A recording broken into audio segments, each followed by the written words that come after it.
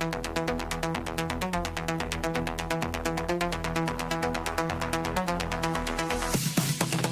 Tallahassee, they play their game. Scumbag politicals, they're all the same. From Miami Heat to Tampa skies, the truth is hidden behind their lies. Florida's close, we're taking control. This unsanctioned show, we're on a roll. Unsanctioned Florida, we'll bring the heat. Spotlight on the scumbags, can't accept defeat. From the coast to the swamp, we'll make it clear. A sunshine shines, day, we're spreading the fear. Unsanctioned Florida, we'll bring the heat. Stop the crows, shine the scumbag, can't accept defeat. In the sunshine state, we're spreading the fear, the fear.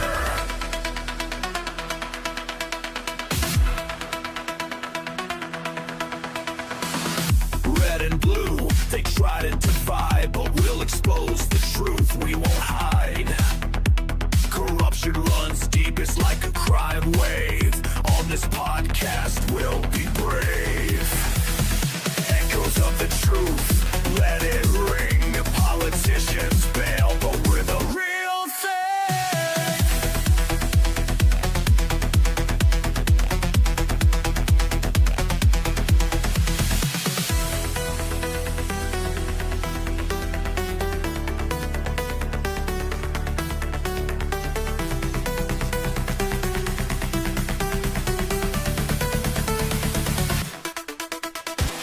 Unsanctioned Florida will bring the heat. Spotlight on the scumbags, can't accept defeat. From the coast to the swamp, we'll make it clear. In the sunshine state, we're spreading the fear.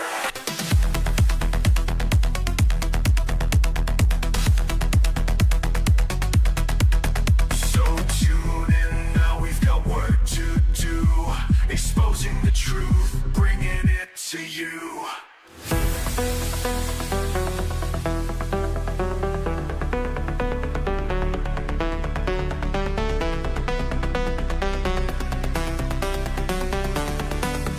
Bringing it to you.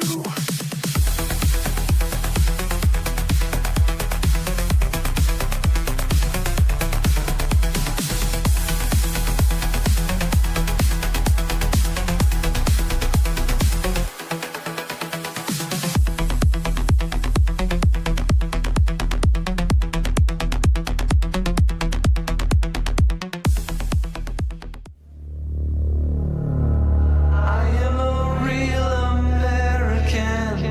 Fight for the rights of every man. I am a real American. Fight for what's right. Fight for your life.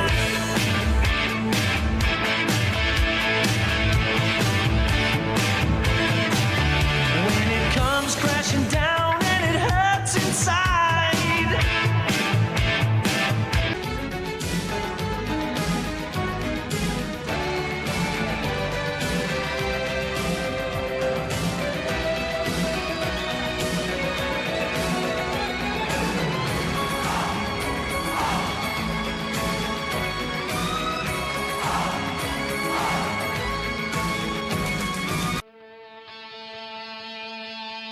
He's American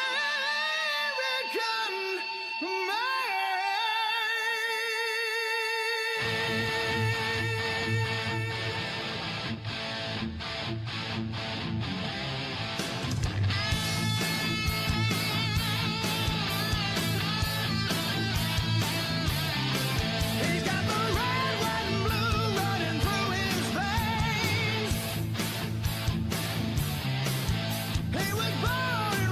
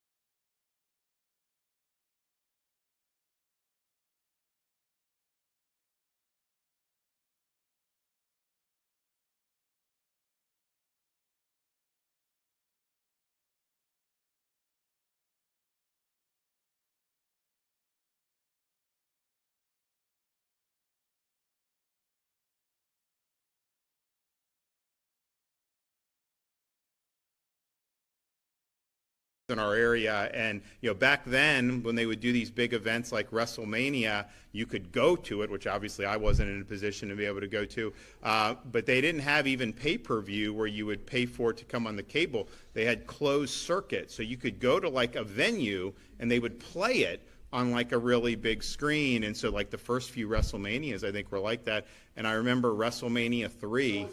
Hey, what's up? Hey, stop. Is that your fucking legacy? Get out of here. You bow down to Get a out of fucking here. pedophile. Get out of here. You're a fucking pedophile. Get out of here. Donald Trump, Get out of here. Get out of here.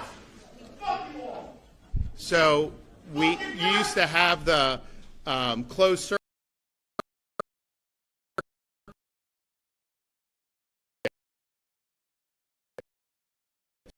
So you would go and you would have and then you watch it. Remember, like Andre, that was choreo. It's like really he was going to be able to do, but he slammed Andre the Giant. That was like a huge thing for like kids in that era. And so he and we were with him just a couple of months ago. My kids got to meet him and everything. So I was really sad to see that. And our thoughts and prayers go out to his family and people throughout this region of Florida, because I know so many people cared about him.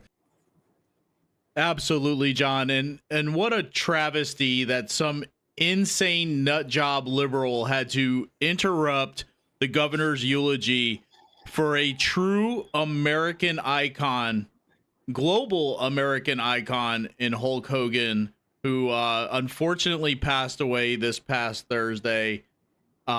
Just incredible that these people will take any opportunity to shout, to be negative. I even saw people, John, on some social media channels posting "Thank God Hulk Hogan died" and things of that nature, clapping, cheering, being all happy that Hulk Hogan passed away, which is utterly sick.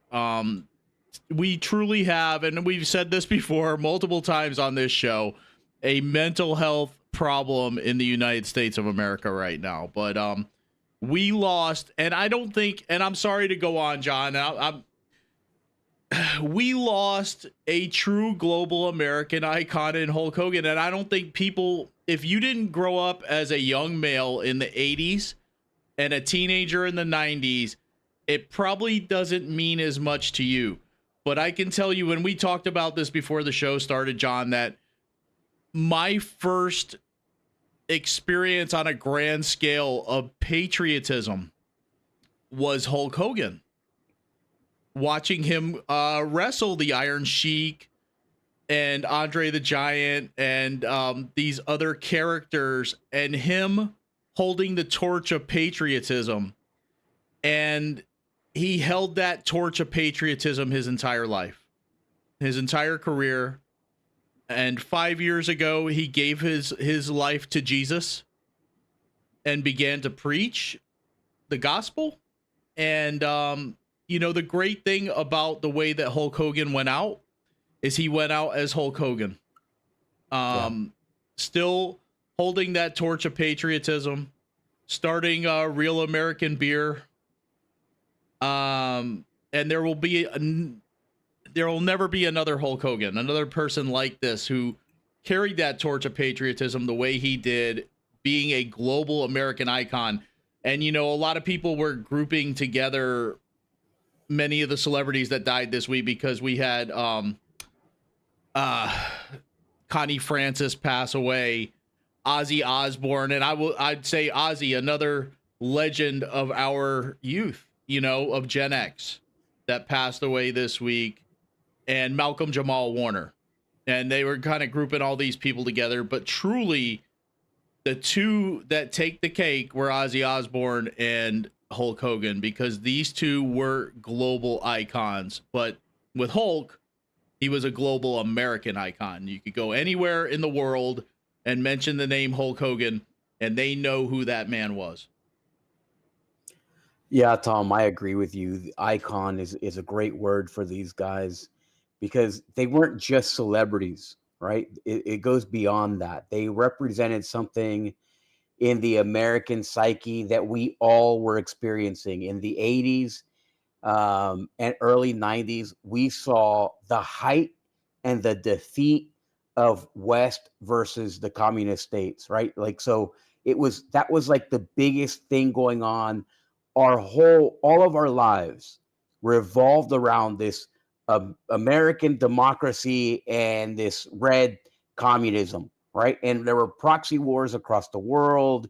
That was it. There was a Cold War going on. We were all part of it. It was embedded in everything that we did. And these guys were, well, at least Hulk Hogan was part of that. He was a very patriotic guy. I don't know what he was politically his whole life, but certainly at the end, he clearly came out for Trump, and he mentioned the reasons, right? And it's all about patriots. This is a guy who he carried the flag and he played the part of a patriot. And at some point, we realized that he actually really was a patriot. Yeah.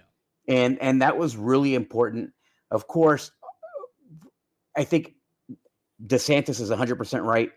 Every kid in the 80s remembers when Hulk Hogan body slammed Andre the Giant. It's all we talked about in school for weeks, right? Like, it was the biggest thing. And it was such a rare thing that we all watched wrestling after that in case it ever happened again, right? It was like one of those iconic moments. It was something that we all experienced together.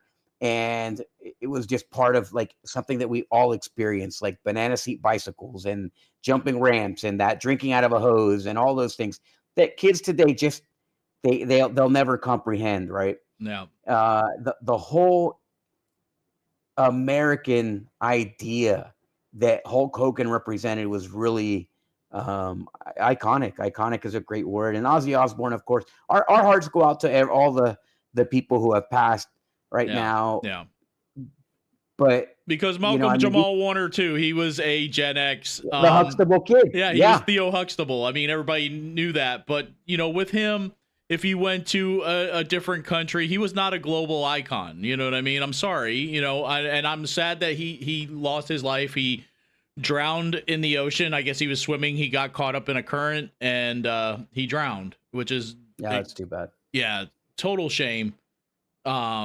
Great actor, and we'll always fondly remember him as Theo Huxtable. Well, that was a family that we grew up watching too, right? So it was like we thought like they were a real family. They really personified an American family the way that we envisioned them, and it was just a great part of TV. And Ozzy Osbourne, that's music that I think that will never generation Gen X. Gen X really has a lot of things to hold on to, a lot of things to be nostalgic about, right? Absolutely. And we're actually small in terms of numbers, a small generation, but nonetheless a very enriched one.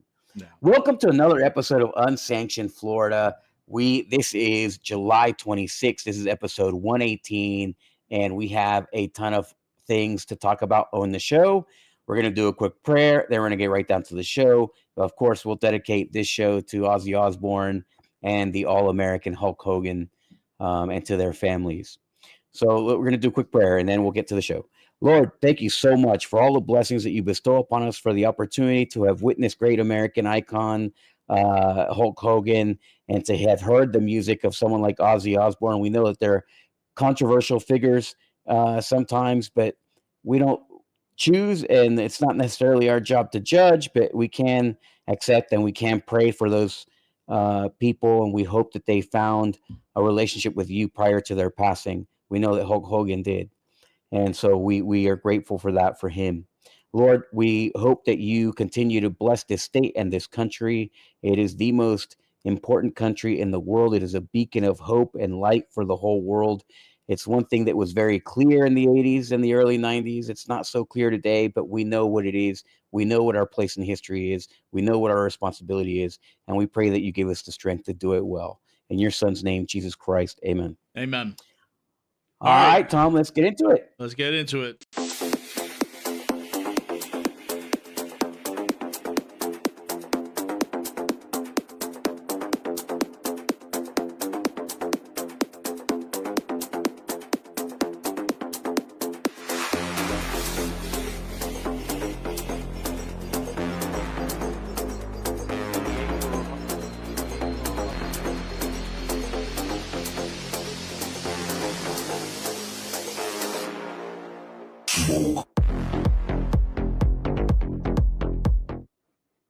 Yeah, John, before we talk about our first story here, I just wanted to say, absolutely, both those men were flawed men.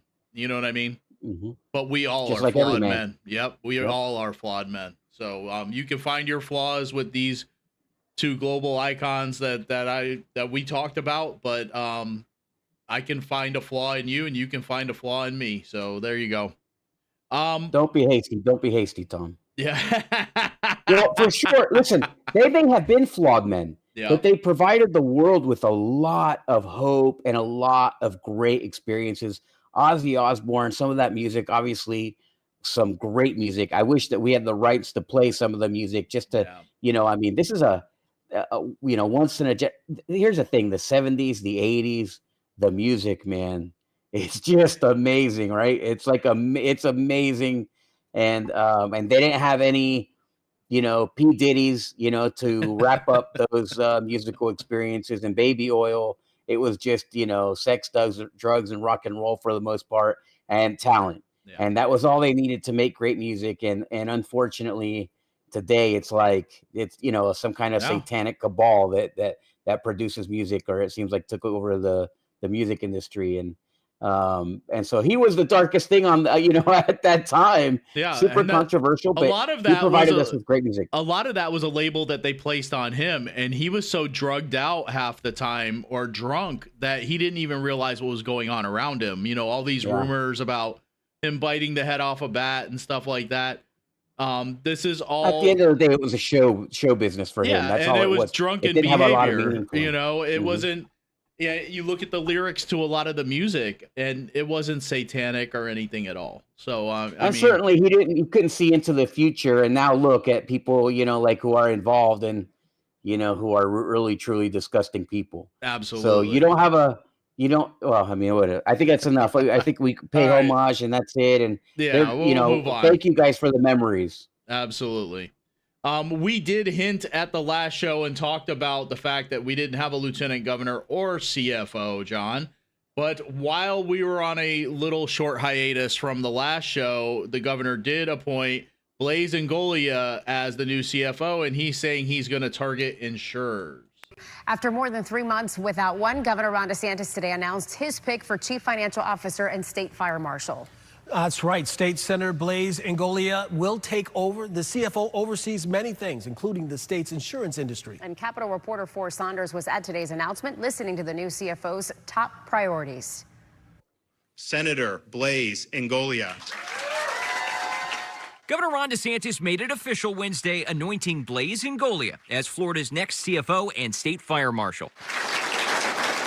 The governor called Ingoglia Florida's most conservative state senator, touted his immigration laws, creating e-verify rules for businesses, and codifying those controversial migrant relocation flights. Ingoglia is a home builder by trade and former chair of the state GOP. His goals as CFO: audit local governments to cut wasteful spending, seek ways to lower or eliminate property taxes, and hold bad insurers accountable. If an insurance company does not do what they say they're going to do and contractually obligated to do, I am going to call you out. Ingoglia doubled down on that promise while speaking to the press a bit later. What does that accountability look like? Yeah, look, if you look at in the past, there have been very few or any fines on insurance companies. I know for a fact, being banking and insurance chair, that there has been bad actors. Meanwhile, well, first of all, I think DeSantis left this position open for too long. Florida Democrats quick to criticize the Ingoglia tap. The House Minority Leader telling us the new CFO is more of the same, and she questions his commitment to cutting wasteful spending as a supporter of that controversial Alligator Alcatraz migrant detention facility in the Everglades. But it's a $450 million price tag for tents and fences. So, I'm just not sure where his loyalties are really going to lie, and I guess we have to see. At the Capitol, Forrest Saunders, All right. So she expects for this place is full, right? She expects for those people to be out in the, out just taking our jobs, committing crimes, wreaking havoc on our country and state. Yep. So that's what that's the Democrat plan is. Why have these people in cages when they should be out on the street making you wish that you were in a cage? I mean, it's crazy. It's just crazy. They have. I don't understand what these Democrats are thinking. That's their plan. Like, listen, we have a couple of clips of Democrats talking about their views in response to something that Republicans are doing, and they make no sense. They have no points. Wow. They've had too much time to come up with responses to what the Republicans do, and they come up with nothing. Yep. They come up with nothing. It's incredible. And, John, they have no plan whatsoever. All they have is criticisms. That's it. That's exactly right. That's exactly right. Now, believe me, that's easy for me, right? We have a show that's based on criticism. Well, all we do is criticize politicians. But at the same time, I've been there. At least when I had the opportunity, I did what I said I was going to do. Now, listen, the parties don't like that. That's why I lost my next race. But at the same time, at least I can talk with a sense of authority here where do what your job is. Don't be so feckless, which we're going to talk about. There's a whole bunch of stories. Feckless politicians is what the party's like. And man, but I don't think that the Democrats are intentionally this feckless. It's just they're so lacking talent, right? Nice. I mean, they're just lacking talent. They have no bench team. They have no high quality candidates. I mean, the couple of the high quality, what's the guy's name that's running for governor? That was the highest quality person that they had. And he left the party to run for governor as an independent. What does that tell you? You guys are cancer. You guys are poison. Yeah. And with answers like this, it just goes to show that, I mean, there's nothing going for the Democrat Party. Yeah, that's the truth. And, one of the big questions, John, was why did the governor not appoint Joe Gruters, who was the Trump-backed pick for this seat? And Governor DeSantis did answer that question, though. With no disrespect to our new CFO, I'm curious why you didn't tap Senator Joe Gruters, who has Trump's endorsement. Thanks for that question. Yeah, no problem. Like I said in my comments, I go by your record. Political campaigning, political stuff, to me, is not as important about what's your record in office. And if you look at somebody like Joe Gruters, he's voted to violate Floridian Second Amendment rights. Blaze has stood in favor of Second Amendment rights. We did landmark legislation to hold teacher unions accountable for their partisan activism. It was a huge achievement for Republicans. Joe Gruters sided with the teacher unions rather than side with conservatives. On immigration, he was the author and architect of this terrible amnesty bill, which would have made everything I've done, including Alligator Alcatraz, to help President Trump's illegal immigration removal agenda illegal in the state of Florida. Even protecting our coast with the boats from the Haitians coming in, we wouldn't have been able to do that. He also authored legislation that would have put gender ideology as a special class in Florida law. We've done the opposite since I've been governor. And then when we had the fight over Amendment 3, Joe Gruters sided with the mega weed company True Leaf and was joining with liberal Democrats to try to do it. So his record is contrary to what we've told the voters that we would do. And it's all about doing what you said you were going to do, delivering. Blaze has done what the voters that have elected all of us expect. Joe Gruters has taken major positions that are totally contrary from what our voter base wants to do. So when it comes to making an appointment, I have to go on the record. And I can tell you, if Blaze supported the Perez-Gruters amnesty bill, he would not be standing on this stage today. That's just the truth. And I like him personally, but it doesn't matter. Wow. It's all about the record. So if George Washington rose from the dead and came back and tapped me on the shoulder and said, will you appoint Joe Gruters CFO? My response would be, no, I can't do that without betraying the voters that elected me to lead this state in a conservative direction. Well, okay. Oh, hold on. I gotta comment. I have to get this out. I know some people are gonna get pissed that I'm gonna say this. But what about Fred Hawkins? Yep. What about Erica Booth? Yeah. Right. What about Will Simpson? He's protected that dirtbag. What I mean, this is a problem. Here's the thing: you cannot endorse somebody like Fred Hawkins or Ricky Booth or Erica Booth on one day, and then the next day say, listen, those guys aren't conservative enough. Joe Gruters is not conservative enough. Yeah. You can't do that. It's just, man, I wish you would pick a side already. Are you with the swamp or not? Right? Because Fred Hawkins is the worst. That guy's trash. Ricky Booth, Erica Booth, they're trash. Together, join together. Their IQ doesn't come up to what an average IQ in the United States is. Together.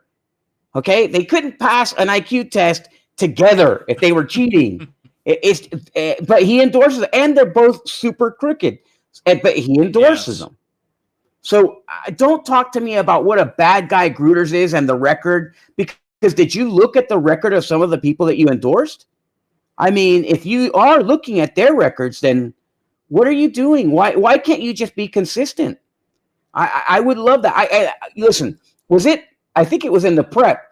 Did I say that, I'm really loving this post-presidential campaign DeSantis? And I do. I think this is great. I think that this guy is good. It's just, I think DeSantis' his decisions are good, but at the same time, man, please be consistent. Please be. The American people we're up to here with the swamp party. We're up to here with crooked politicians. We're up to here with the speaking out of two sides of your mouth. Just dump all the swamp people. Yeah. That's just my thoughts on this. I just, it's hard for me to take him too seriously about the swamp or about conservatism. And I don't think that Ngolia is the most conservative guy in the Senate. That's not a high bar. That's like saying that you're the fastest runner in a one-legged person contest. It's not that fast, right? It's just, that's not a fast race. And the Senate is not a conservative place. If it was, they wouldn't be blocking as much conservative legislation as they have been. Absolutely. And like open carry, that's the Senate killed that, right? All is lack of progress. Now, don't get me wrong. The Speaker of the House is a total idiot, right? He can't get anything done. He looks like a joke. People have no respect for him. But the Senate is not a conservative place. It's not a conservative bastion. It's a bastion of center-left, position. So I just wish he would keep it on one lane, right? Stop changing lanes already. It's becoming tiresome. Yeah, and we've talked on this show about all the things that they could have passed but didn't this past legislative session, John. And it's like you said, the Senate is not that conservative place. But you said, and you talked about this during show prep, that this isn't a big loss for Joe Gruters. No, Joe Gruters is now going to be the head of the RNC, so he becomes a national figure. The guy's going to become a superstar. And the fact is, he did not do it because Joe Gruters is not conservative. It's not whether Joe Gruters is conservative or not. He's conservative enough. He's as conservative as Ngolia. Yeah, he picked the wrong side of this fight on immigration with DeSantis, of course. But DeSantis and Gruters don't like each other, right? There's beef there. And that's why he didn't get the job. So even if he had been as conservative as I am, he wouldn't have picked him. So it makes no difference, and now Gruters is going to D.C. He's going to be the head of the RNC. I even texted him a congratulations because that guy, he's going to make it. And I'm not a Republican any longer, but at the same time, he's going to do what Republicans do, and right now, the reason he's going to become a star is because the Democrats are so ferociously bad right now. And I mean ferocious, rabidly bad. They're as bad. It's like they're trying. It's like, imagine if you're a fighter pilot, you're getting shot down, you're like tumbling to the ground, your jet is on fire, and then you start pulling pins on grenades. That's what the Democrats are doing. And so Gruters is going to look like a superstar. He's going to write books. He's going to become a national figure. He's going to be the most famous guy out of Florida in a long time. And, so his future is bright regardless. He didn't get what he wanted. This is just as good. And it was basically he lost out because Michael Watkins got it. Now, how much have you heard from Michael Watkins, right? Apparently, Michael Watkins is as I don't know, has as much charisma as a wet sandwich. So, Joe Gruters is he's, I think, a much more charismatic personality. He fills a room. He's certainly not a wet sandwich. I hope he stays he doesn't follow a whole bunch of OnlyFans girls. I hope he can keep his Twitter clean. That would be good. But other than that, I think that they picked the right guy for that job. Yeah. I'm not a Republican, but I think that they did pick the right guy for that RNC when he gets appointed to that job. And I think that DeSantis picked the right guy for CFO because, of course, he wasn't going to pick Joe Gruters because there's beef. Yeah. Well, by the way, like and share the show so that we can get more people on here. We have a pretty good number, but let's see it get more. Yeah. As far as keeping his Twitter clean, all we have to do is just keep up with Daily Mail, and we'll know for sure because they'll be. I'm not a fan of Daily. I'm not a fan of Daily Mail right now. I've been reading their story. Ben Shapiro looks like he lost his mind. He forgot that he's an American guy.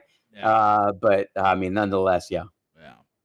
All right, John. So Florida DOGE is planning to crack down on some local governments. Here's that story. First at 6, Governor DeSantis is cracking down on local government spending. He is sending in the state's DOGE task force after municipalities he believes may be guilty of wasteful spending. Fox 13's Aaron Mesmer is live in Tampa tonight with more on this effort. Watch out, Cheryl Breed. Yeah, Hillsborough County is one of 2 municipalities in the Tampa Bay area that could face scrutiny by the governor in the coming weeks and months. At a pair of news conferences today, the governor announced that Florida's DOGE task force will look into what it considers unnecessary spending by local governments. A new law allows the state to review spending of any municipality over the last 2 years. Governor DeSantis has said he wants to root out waste, fraud, abuse, and spending tied to DEI initiatives and climate change. His first targets are Broward County and Gainesville, and he said the list is expected to grow to up to 15 cities and counties, potentially including Hillsborough and Manatee and maybe others. The governor wait, pause it. I can't. I tried to hold it to the end. I'm sorry, I couldn't handle it. Listen, number one, why only DEI? What difference does it make? It's my damn money. No. If it's the taxpayer money, why is it only DEI waste that gets counted? I don't care if it's DEI or if it's somebody's football fantasy team, or I don't give a damn what that is. I don't give a wasteful spending is wasteful spending no matter what the purpose is. I don't care if you're a Republican, you're a Democrat. Obviously, we got morons on both sides of the aisle, and they are wasting money. Why does it have to be DEI? Why does it have to be that? That's political.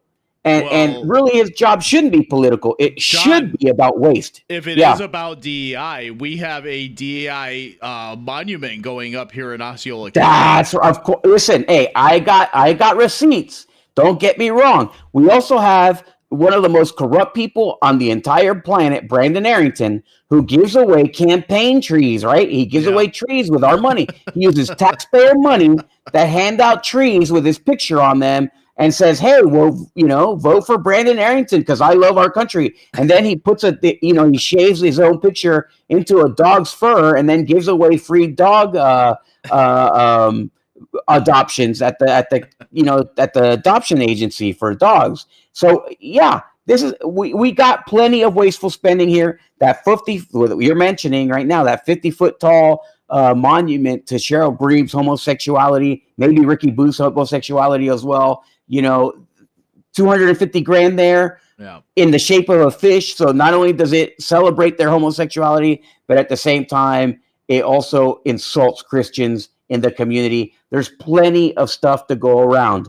Stupidity in spending has no party. Both people do it. Ricky Booth was the guy that spent $1 million resurfacing that football field in St. Cloud so that he can get his ugly picture on the scoreboard of that high school. That's wasteful spending right there. So it's not DEI, but unless the D is for dumb. That's what I would prefer. Get wasteful the dumb spending spending comes in many forms. Yeah, absolutely, it does. It's not just DEI, and if you limit it to just that, then you're not going to get all the real spending. So all the real wasteful spending you're going to leave behind, and you're going to get the little penance, the little cracks, and the little crumbs that have fallen into the couch cushions. And that's not what we're looking for. That's not what's going to save our state. No. Which he has made one of his primary goals.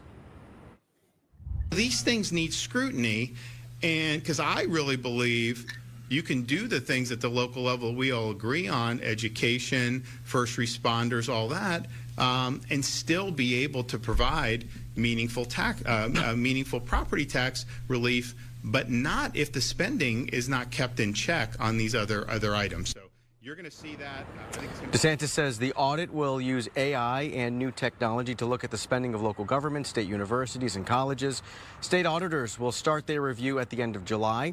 Gainesville's mayor responded, saying he expects, quote, other historically blue cities and counties to undergo similar scrutiny. And we reached out to the governor's office to see if which municipalities in the Tampa Bay area might fall into this audit category. But at this point, Allie, we have not heard back.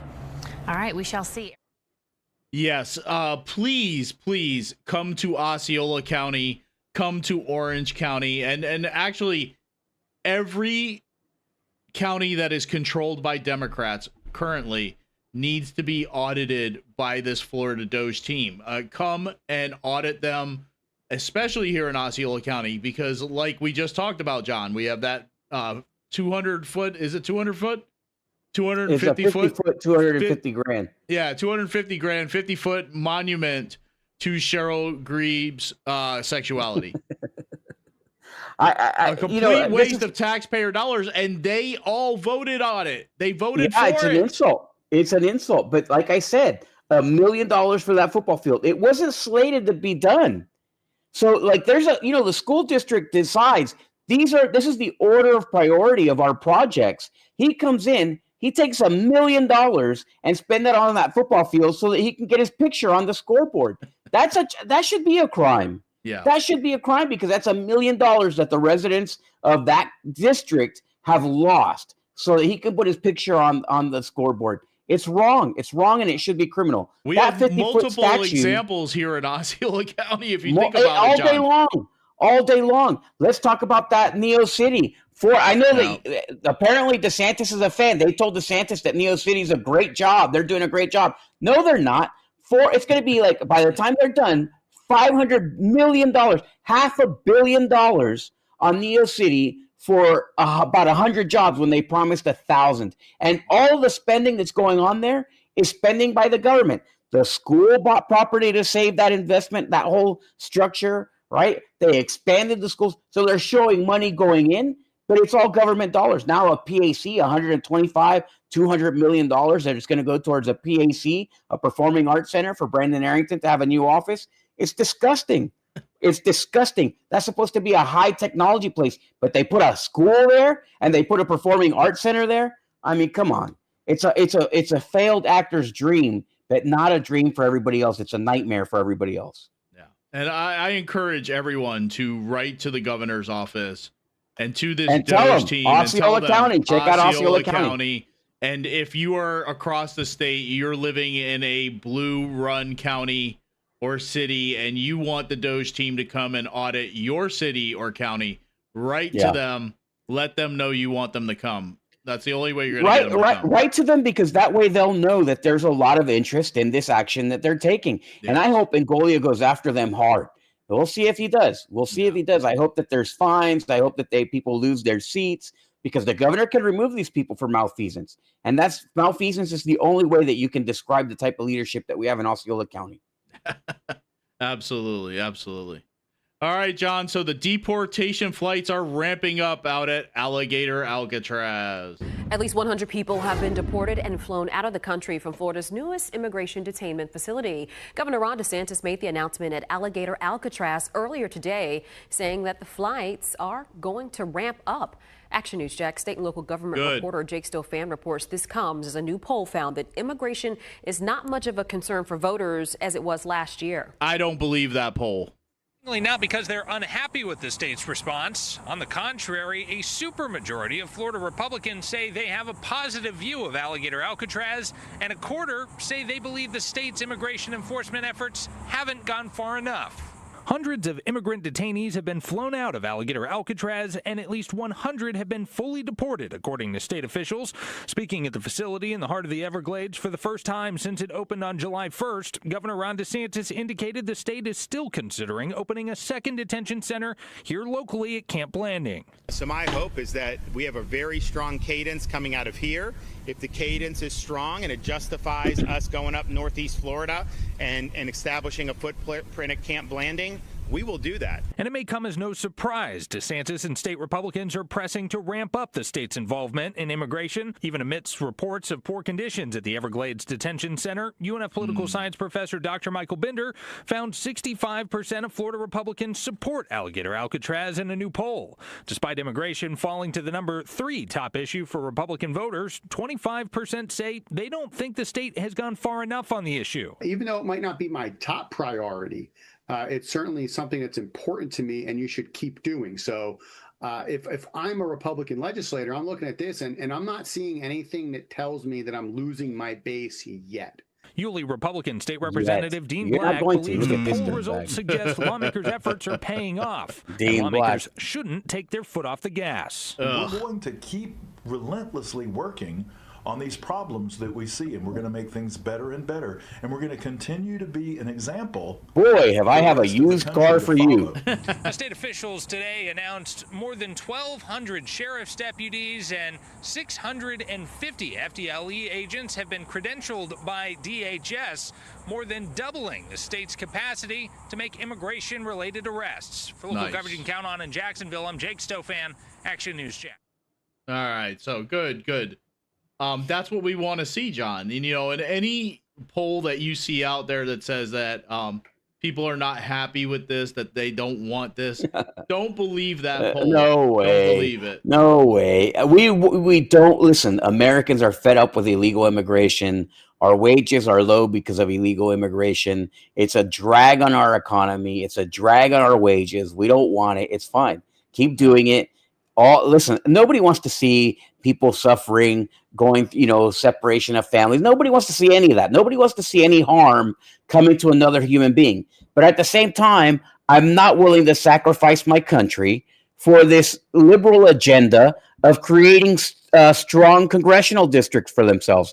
That's the only reason they're bringing these illegals in, right? They're trying to destroy our country by artificially increasing the size of their congressional districts. And that's not a good reason to destroy a country. We should listen. I'll give all the illegals amnesty, except for the ones that have broken any law, if we can deport all the Democrats, because that's who's really a danger to our country and our state. Absolutely, John. I'll trade 5 illegals for every Democrat.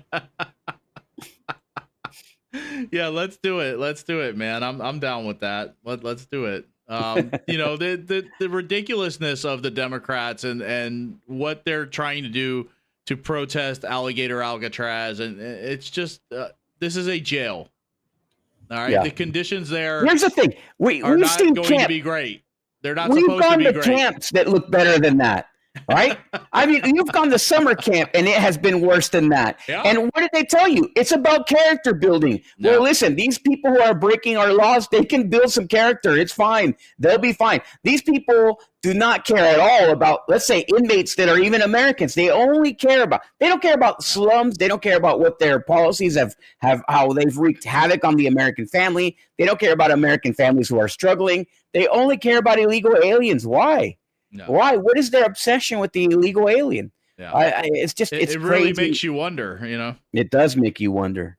So let's go. 5 illegal aliens for every Democrat. Let's send the Democrats to CCOT, and then we'll start interviewing illegal aliens for entry. Yeah. And John, mistakes are going to be made. You know what I mean? They want to point to mistakes that are made and here and there. There's Like mistakes the made Maryland and dad? Yeah. They're not mistakes. If a mistake happens, I'm happy to hear and discuss one that's actually a mistake when it happens. So far, there's not been any compelling mistake. I don't care if some MS-13 guy has some kind of technical error in his immigration. MS-13, Bye. Yeah, Back to Venezuela. Yep, I don't outta care. here. You can go to Cuba or they can send you to Africa, which they were trying to do, which I thought was hilarious. Can you imagine? You're coming from the land of like El Salvador or Honduras. And I'll tell you something, there's not a lot of people starving in those countries because they're very food-rich countries, right? They're eating rice and beans. They're eating the staples. They're healthily being fed, right? Even people that are poor for the most part. And then you send them to some place like Somalia, and it's nothing but a whole bunch of Omars over there. You know, I mean, what a nightmare. Yeah. That's what I would do. I think that's a great plan. I'd send them to Somalia. Oh, man, John. All right. Well, Governor DeSantis is talking about redistricting, John. Governor Ron DeSantis is thinking about asking lawmakers to redraw congressional district boundaries. Florida has 28 districts. 20 of them are held by Republicans, 8 by Democrats.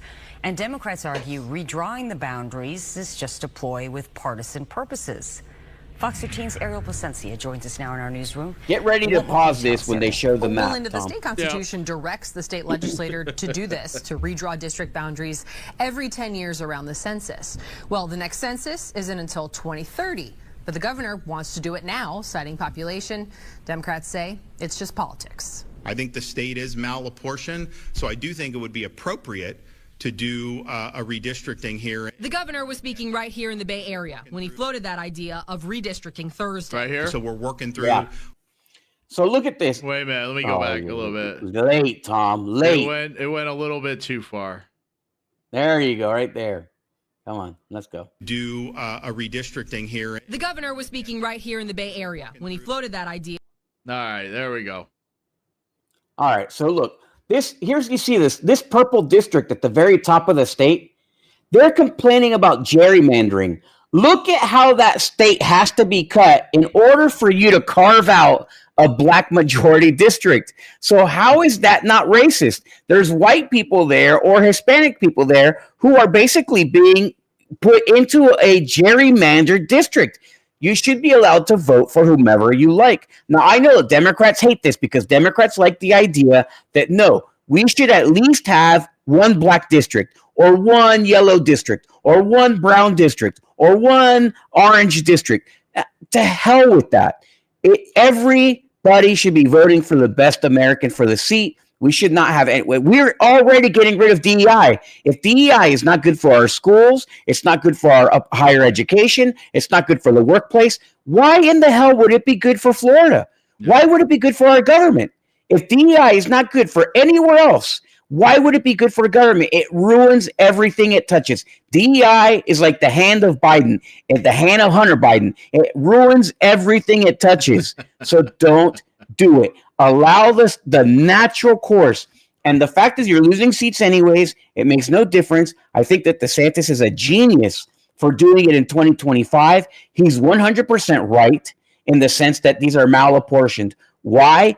I think that he's talking about the gerrymandering already to create these seats. Yeah. And you don't need to do it. So good. I hope that they do. There's all kinds of laws. It's kind of funny. But let's go ahead and let's test the waters. Let's do what we have to do to make good, fair districts that are not decided based upon race, because that's what they depend on to get some seats, but are decided on the best candidate, which in most cases is not usually Republican anyways, or Democrat, in my opinion, because they're all corrupt and they're all uniparty. But I mean, it obviously clearly doesn't make sense to have two gerrymandered districts there, the brown one, the purple one. It's ridiculous. Yeah, absolutely. Of redistricting Thursday. So we're working through what that would look like. But I can tell you, just look at how population has shifted in different parts of the state over a 4 or 5 year period. It's been really significant. His comments come as Republicans in Texas are also looking to redraw districts amid the Trump administration's push to help the GOP keep its slim control of the U.S. House. What redistricting means is that you reassess where boundaries are between districts based upon how and if population shifts have occurred in the state. Typically, redistricting happens once a decade after the U.S. Census, the last one being in 2020. Florida. That's not his fault, but certainly that reporter. A raw deal in the census. Yeah. We only got one seat When some of these other states were getting seats, when we've obviously had more growth, we should have gotten at least 2. And while a mid-decade remap is rare, it's not unprecedented. But Florida Democrats argue the move is not about population growth. Instead, they say it's an effort to rig the system before the 2026 election through gerrymandering. These are Republican politicians who are so power hungry and feel so entitled that they are willing to convene another. They're so power hungry, the way I'm hungry for cats. To draw maps that only benefit their party. Only Gen X is going to get that reference. The Florida Democratic Party accused the governor of gutting representation for Black Floridians and suppressing the vote of millions. Yeah, there it is, Essentially, John. what Governor DeSantis is insinuating is that they want to redistrict lines to be even more imbalanced, to the point where you will no longer have competitive elections in Florida. Oh, okay. When have they been competitive for Democrats right now? This alien here just drives me crazy. This is what I'm talking about. They have no answer for anything. I lost my mind in the prep over this. So listen, they've had plenty of time. This is not like a news story. It happened. They already said it's not something that has not happened before. Okay, there's precedence for it. It's not common, but there's precedence for it. So she should easily be able to say, you know what, we shouldn't do it. Things can change. We do it every 10 years. That has worked for the state of Florida. We're happy to adjust with the way that the population moves naturally, and that's fine and fair. But to do it now, is kind of like circumventing the natural flows of the population. So on, something like that would have made sense. But to say, oh well, they're taking away our seats because we don't have enough voters, and so they should do it by gerrymandering. And in order to keep there's no balance. The Democrats have no power, like you were saying. Yeah. The Democrats have no power. They're not competitive. They're a complete and total joke. So the best thing that could happen, in my opinion, here's my opinion. The best thing that could happen is that they completely redistrict the state. That the Democrats lose a ton of seats because they would. There's just no way to keep them, right? They're going to have to it's going to be like 3 or 4 Democrat seats. That's all they would have. And then the Republicans and the America First candidates battle it out, because those are the 2 parties right now that are becoming relevant, right? It's either the true conservatives, the corrupt Republicans, and the Democrats are like the Bull Moose Party or the Whigs or whatever, because they're completely irrelevant. They're completely irrelevant. In such a short span of time, they've lost majority, they've lost seats, they've lost support, they've lost money, and they lost their damn minds. Yeah. So just put them out of their misery. Yeah, absolutely. There's a couple of strongholds that they have, John, like Orange and Osceola County. But those are solely... do they? We don't know that for a fact, right? Because Osceola County, because we have a corrupt supervisor of elections. Exactly, right? How can a county vote for Trump, dominate, and then for all local elections they pick the Democrats? No, it doesn't make any sense. But except for the Republicans that are corrupt and that they're in bed together, which creates a nasty picture. But it's probably a painting hanging up in secrets right now. So regardless. These guys are all unipartied out here. Everybody wins their seats, and somebody's mommy's the supervisor of elections. We don't know that that's the case. It won't be until she loses her seat that we'll really be able to see a true election. Absolutely. Something else they can doge. Yeah, absolutely. Yeah. Bring them to the supervisor of elections office. They need to just doge the whole county and every department. Yeah, they do. Every inch. Anywhere they can. Please like and share the show. The number's slowly increasing, but let's go. Let's get that number higher. Like and share the show. Repost it. So we talked on a prior show that the Department of Transportation has brought down a new rule that they do not want any murals on the streets. Well, Delray Beach is dragging their feet on removing their Pride mural. The city of Boynton Beach tells us that they're trying to comply with state and federal mandates on what markings are allowed on roadways, and now we're working to see if pride murals like this one in Delray Beach will also be eliminated. It's a little messy. At the former Pride intersection in Boynton Beach, I thought it looked fine either way. Neighbor Barbara Shore looks on at the smudges of rainbow colors pushing through a coat of black paint. A lot of opinions, strong opinions either way on that. Boynton Beach tells us the change follows a statewide mandate to abide by road marking regulations to improve safety.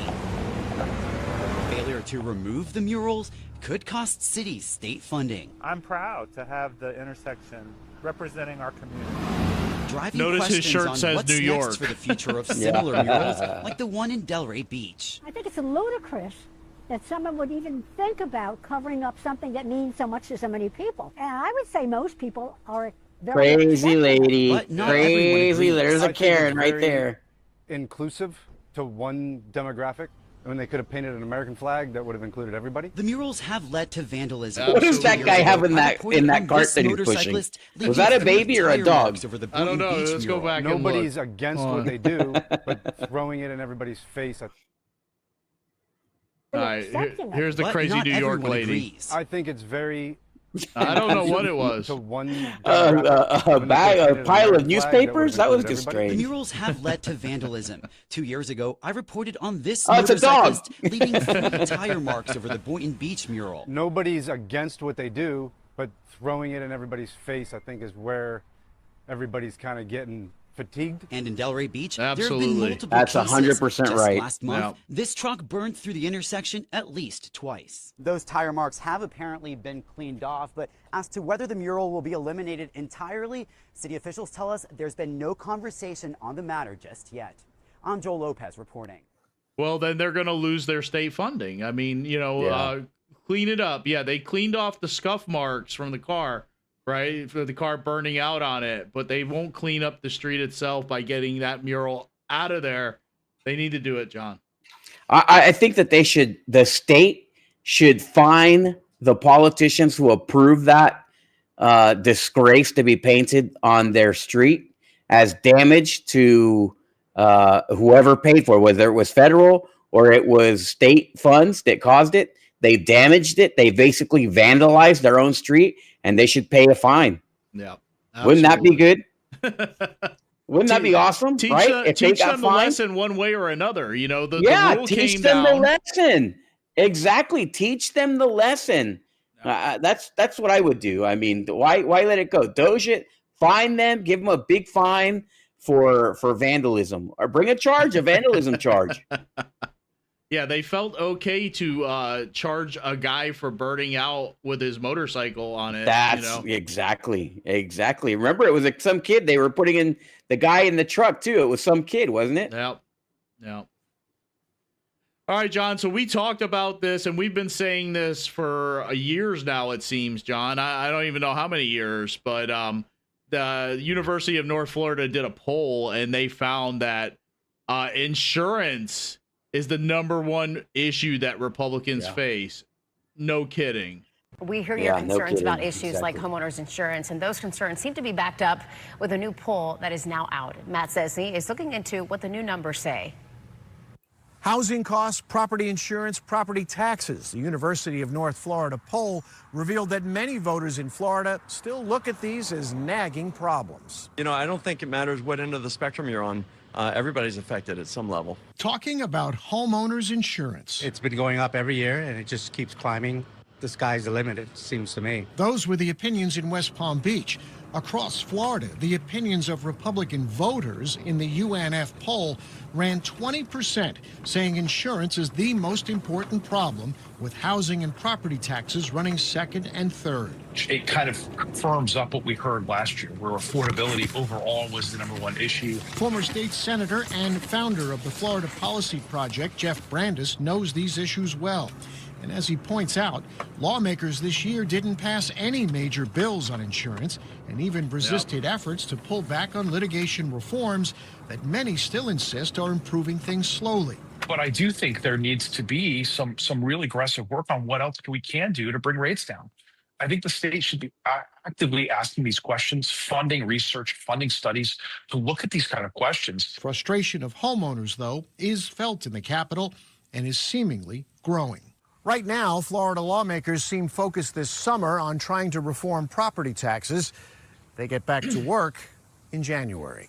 in West Palm Beach. Matt Sesney, And that's Yeah, not that's helping a big anybody. quote unquote. They get back to work in January. In January. Not Well, they're going helping to have anyone. another disappointing session. Yeah. I'll just say this, John. Your representative should not be coming back to your district and patting themselves on the back right now at all. Absolutely not. We have our local representatives coming back to their districts, patting themselves on the back on the great job they did this session. But That's you know all what? they do. You did not do a great job this session if you did not pass the priorities of the people. And the priorities of the people were stated in that video right there. Property insurance, property tax, and affordability. So we're not hitting on any of those three. You guys neglected to go after this, and we talked about failed. this, John. You came back as failures. We talked about this on multiple occasions over the past year or two. We told them going into this session, this was the issue you needed to solve. You didn't do it. You failed completely. It was an epic fail. And now you're coming back home. You're patting yourselves on the back. You spent all that time up there. You fought back and forth with the governor, and you got nothing done. Nothing done. Exactly. They got nothing done. They humiliated themselves. They pat themselves on the back when they get home after having accomplished nothing. Anybody else would be fired for the performance, right? There's a verse in the Bible that, about you give this employee 10 shekels, right? You give this one 5 and you give this one 1, right? And then this one comes back with 10, more than the 10 that he was given. And this one comes back with 5 more than the 5 that he was given. And this one comes back with the 1 that you gave him. And that guy's shamed because he was basically lazy and didn't accomplish anything. That is your state legislator. They're coming back empty-handed and asking you to vote for them again. Yeah. Don't. These guys are accomplishing nothing. And until you start making them pay for it, they're essentially going to bring back nothing every time because they don't have to. Right? Why take the risk? And that's what the guy in the Bible says. I hear that you're a cautious guy, and so I didn't want to risk. Well, that guy had to pay, and that was the lesson. Well, our politicians aren't paying for the bad jobs that they're doing. And until they do, they're always going to come back having done a bad job. Absolutely. Absolutely, John. And, these people need a performance review. I honestly, I think that, if you were an honest representative, you would send one out to your constituents. Give me a performance review. No way. Imagine. Just imagine. But they won't do it. But, maybe we need to come up with one that we send out to people. That's a great idea, Tom. Yeah, that's a great idea. We should do that. We should do this review. Like a lot of them get grades, but it's always a special interest that is providing the grade, right? Yeah. There's no grade, this is for the American family. This is what grade, or this is the summary of their performance for the American family. We should do that. Yeah, absolutely. For this next session, we're going to watch the session very carefully, and let's do that. Let's give people a grade. Let's give every single representative a grade. Yep. Every job has a performance review. Yep. Except for them. Absolutely. They give their own review. They come back, put out cutesy videos about what a great job they did and trying to tell you that they did this and they did that, but they didn't do anything that you really wanted them to do. So, let's get those performance reviews going on these folks. All right, John, before we go to the Central Florida portion of the show, we have this brief 30-second spot. Enough of Darren Soto. It's time for some. Democrats jacked up inflation, making life more expensive for all of us. We need help. Now they're pushing the largest tax hike in generations. Darren Soto is completely out of touch. Darren Soto didn't stand with families. He stood with higher taxes, hammering workers, making them pay thousands more, voting against no tax on tips and no tax on overtime. We can't trust Darren Soto. Tell Darren Soto to keep his hands off your hard-earned money.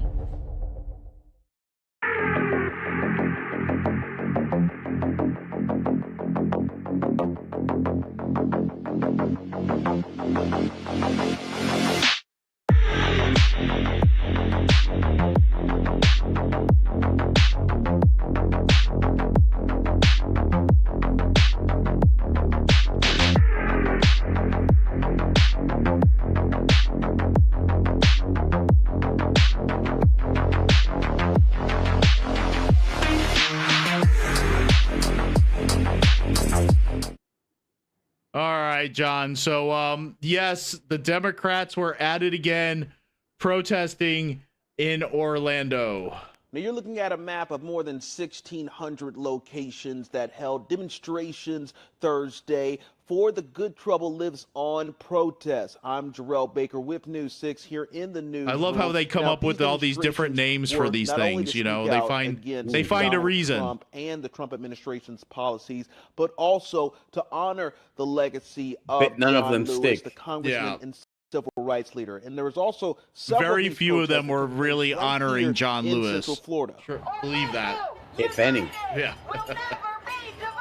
From speaking out against mass deportations in Florida's newest detention facility, dubbed Alligator Alcatraz. That's insane. That's insane. We're about to be in hurricane season. Oh, That's no. ludicrous to me to have people in cages. To federal cuts and tariffs made by the Trump administration. Tariffs are actually taxes. We pay them. His sign says, "Don't defund PBS and NPR." No, what an idiot. Nobody watches PBS and nobody listens to But NPR. he's happy to pay a tax for that. Yeah. For the Good Trouble Lives On protests. Seminole County, Brevard, and many others also holding protests in Central Florida. The event spanned nationwide at more than 1,600 locations, including Maryland and even Arizona, outside a U.S. Immigration and Customs Enforcement field office. I've learned that if 3.5% of the population, Man, that looks like a retirement home get out in the vacation or streets something. and show She needs to get their- home to her their 30 cats. Antithesis of what's happening. That that's enough to turn an autocracy around, and that we're entering that period where it'll be too late if we don't act quickly. The demonstration was part of the nationwide Good Trouble Lives On protest. You had your named for the autocracy civil rights for 4 leader, years. John It's Lewis's over. Famous quote: "To get in good trouble, necessary trouble, and help redeem the soul of America." The nationwide demonstration comes just a little over a month after the No Kings protests, which coincided with the military parade in Washington, D.C. put on by the Trump 99% of those people It's what wouldn't know who America's John about. Lewis If is we if don't they were fight at. for each other, who's gonna, fight for you if you're in the same situation? I would want my community to fight for me. Orlando police stood by in case the protests got too rowdy, but it remained peaceful. In Orlando, Jarrell Baker, News 6. Then she should immigrate to like El Salvador illegally. You know, they're keeping these things peaceful because they know now that when they went crazy, They'll go to jail. Yeah, the last time, right? It didn't play well with the folks that vote, that actually care about this country, and gave Trump that win. They know that if they go rioting again and doing all these crazy things like they did back in the first term of Trump, that Trump, for number one, Trump's not going to stand for it, and the Trump DOJ is not going to stand for it. And number two, it didn't play well for the Democrats. You know what I mean? It backfired on them. That, people don't want to see this stuff, but this is all being organized by this one group, 5051. And I know you know about them, John, planning 50 protests in 50 states on one day, and they're trying to do it every single month. It's a coordinated effort to try and bother people with these crazy protests, but these are all loony people that have nothing better to do except go out there and stand on the side of the road with a sign and complain, about what's going on. Yeah, this is a bunch of nut jobs, and I don't know. They're incensed. What is it about these old people that are just crazy liberals? They're incensed with the idea that you get to choose for yourself, with the idea that Trump won the election. They just can't handle it. No. I mean, this lady, she goes home and she cries holding those 30 cats, I mean, just crying to those poor cats.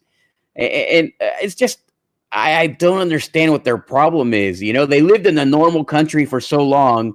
Now they had this bizarro Obama Biden combination of terribleness, right? Terribleness, men playing women's sports and all kinds of, men using the women's bathroom and changing in the women's locker room. And they had crazy world and they were happy with it. They thought that was great. And now they have to go back to normal world and they're all like kicking and screaming about it. It just makes no sense. this is all they have, John. This is all they have is to just go out there and protest and complain. And, like I said, it's being organized by this group. They organized all these protests. The one that was against Tesla's, the Tesla takedown, the other one that they had just recently, and now this one. And they're planning another one for next month. So, they have these constantly going on. These people that are unemployed, don't have a job, don't have nothing to do. They go out there. Some of them are paid. They're retired, half of them, it looks like. Yeah, and they're getting paid to do this. Yeah, most of them are it's old not a free people. thing. So most of them are getting paid. Most of them are old people. You had that guy with the don't defund NPR and PBS. These are the two people that actually watch PBS and listen to NPR. No one listens to that. No one sees that anymore. So anyway, all right, enough of that. Let's move on. Carolina Amesty, someone that we appreciated quite a bit as a state representative. She was a legit conservative. Yeah. She really worked hard to make a more conservative Florida. Of course, for some reason, the GOP in Florida did not like her. They tossed her to the wolves. Yep. And the federal government began to try to weaponize itself against her. They certainly did not like what she stood for and who she was. And she's fighting back now. We lost a good one with Carolina Amesty. I think that we've seen her. We've spoken with her. She is 100% authentic conservative Christian woman of color. And liberals hate that. Absolutely. Liberals hate anybody of color to be conservative and to be Christian. Right? That is so offensive to them. And they fought hard against her. And, the corrupt GOP let her go down. And I think that they wanted Aaron Huntley, who, in my opinion, fits in just nice and snug with the corrupt and the rhinos in Tallahassee. To me, she's a big part of the reason that Scotty Moore lost his race in District 35. And they orchestrated that. She went along with them. She just went along with them. She's just one of them. I think that, she started out as this big FRA conservative person, but at the end of the day, they made her an offer, it could, just pennies or whatever. And she just couldn't resist. And she had to go and play the game with them. Absolutely, John. Well, Carolina Amesty is working to get these charges thrown out of court. A former Republican state lawmaker and her high-profile legal team are fighting to get her latest criminal case thrown out. Carolina Amesty is accused of stealing pandemic relief money. Western News investigative reporter Greg Fox is live outside of the federal courthouse tonight in Orlando. And Greg, her attorney claims that this is nothing but dirty politics. Absolutely. That's right. Her attorney is Brad Bondi. Remember, he's the brother of our current U.S. Attorney General, Pam Bondi, who was, of course, the former Florida Attorney General. He says that this case is all politically motivated. The attorney for Carolina Amesty, Brad Bondi, said nothing as he walked inside the courthouse. Amesty, shown here in February, was not required to be in court for Monday's hearing on a motion by the prosecutors to have another month's delay before they are required to indict Amesty, reach a settlement, or drop the charge. Despite supporting the government's motion last week, Bondi reversed course, telling the judge, "This is not even a close call. I do not believe the government will level an indictment. I withdraw my support for a delay."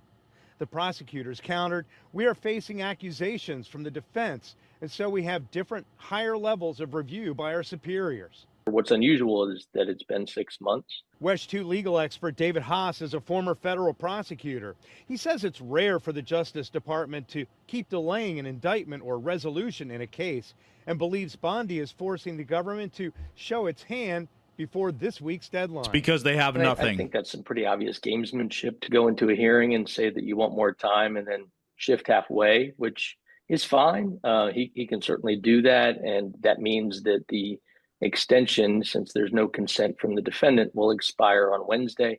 Brad Bondi, brother of U.S. Attorney General Pam Bondi, declined to speak with us as he left. He promised the judge he would file a motion to dismiss.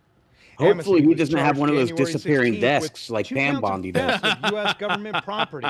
Prosecutors say Otherwise, she they'll never fraudulently find her applied for and defense received case. in 2020 $84,000 in Small Business Administration or SBA loans for her foundation, and another $37,500 for her West Orange County car dealership. In short, they say she lined her pockets with pandemic relief money.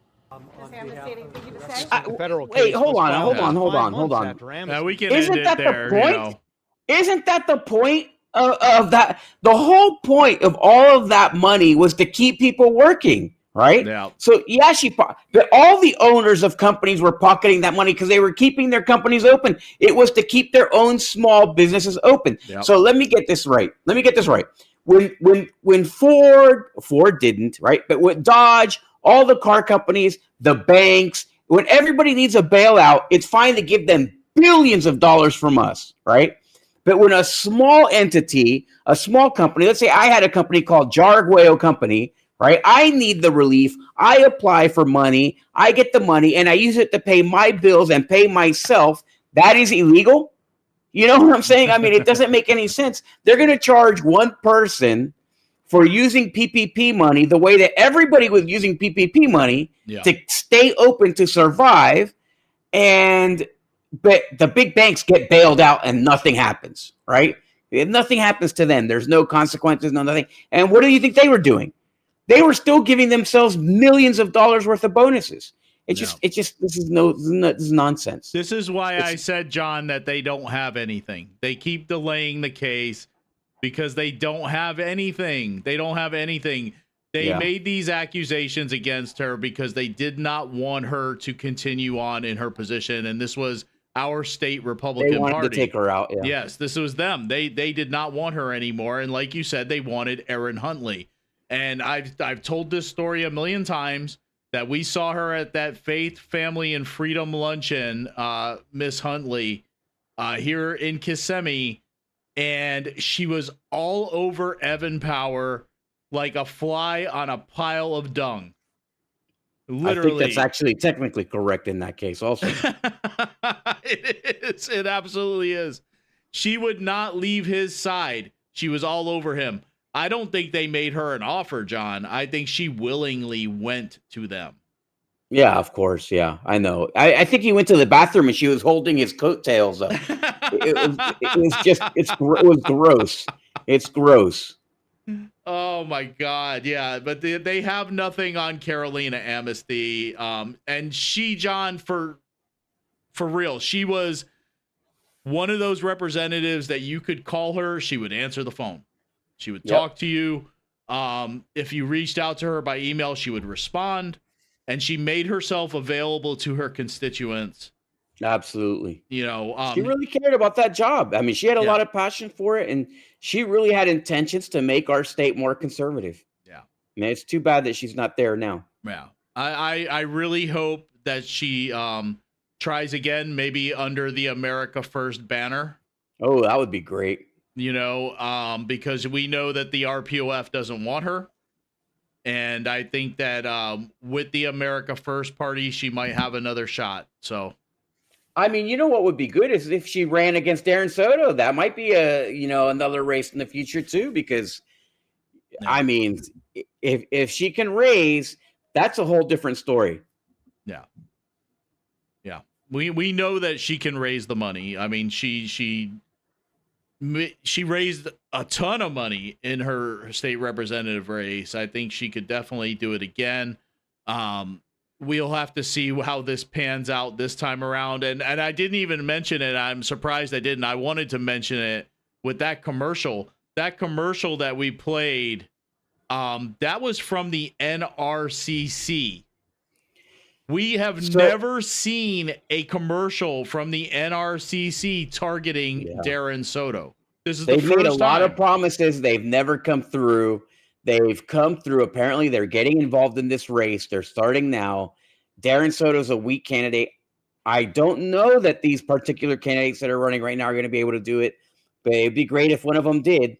Yeah. Of course, there's no real. It's a very difficult situation, that race. It has a lot of complexities. I don't think anybody's got a handle on it. So we'll see what happens. We'll see. I'd love to see somebody like Justin win that race, you know? Yeah. And Cindy just commented that, she could beat Soto without a question. And I think so, too. Absolutely. Absolutely. Carolina Amesty would be a great candidate against Darren Soto. A great candidate. Number one, I don't think that he would really hit her. They would they would in ads hard. I mean, they would really just try to destroy her on ads. But she's a much better speaker. She's far more dynamic. She's far smarter. She is just she's a little fiery thing. And he's like an empty suit. It's just he's just a sad wet noodle kind of guy. So it would be a great race. Yeah. All right, so let's move on from there. And Winter Park, John. We don't normally talk about Winter Park, but they just passed an ordinance restricting protests. Uh-oh. Yeah.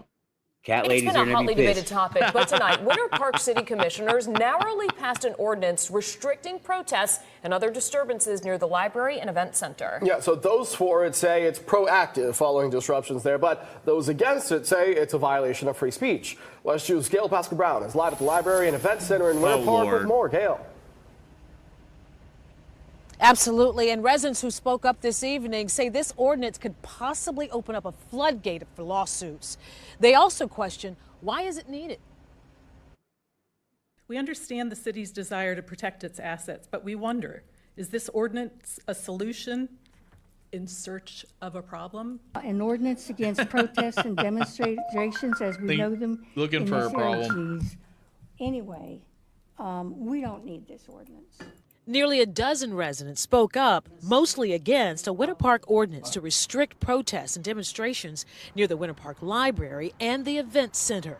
But the city really hasn't offered any meaningful evidence of disturbance or violence or disruption.